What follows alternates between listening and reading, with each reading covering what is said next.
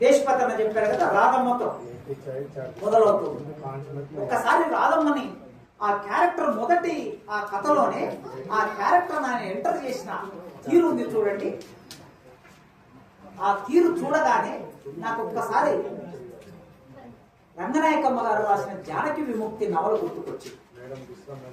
జానకి విముక్తి ఆ ఇంటిలో నుంచి బయటకు వచ్చి ఆ ఇంటి గోడకు ఉన్నటువంటి గేట్లని తోసుకొని ఆమె బయటికి ఎట్లొచ్చిందో ఆ బిడ్డని పట్టుకొని ఆ మట్టి రోడ్డు మీద రాధమ్మ నడుస్తున్న తీరు చూస్తే ఒక్కసారి నాకు ఆ పోలిక గుర్తుకొచ్చింది.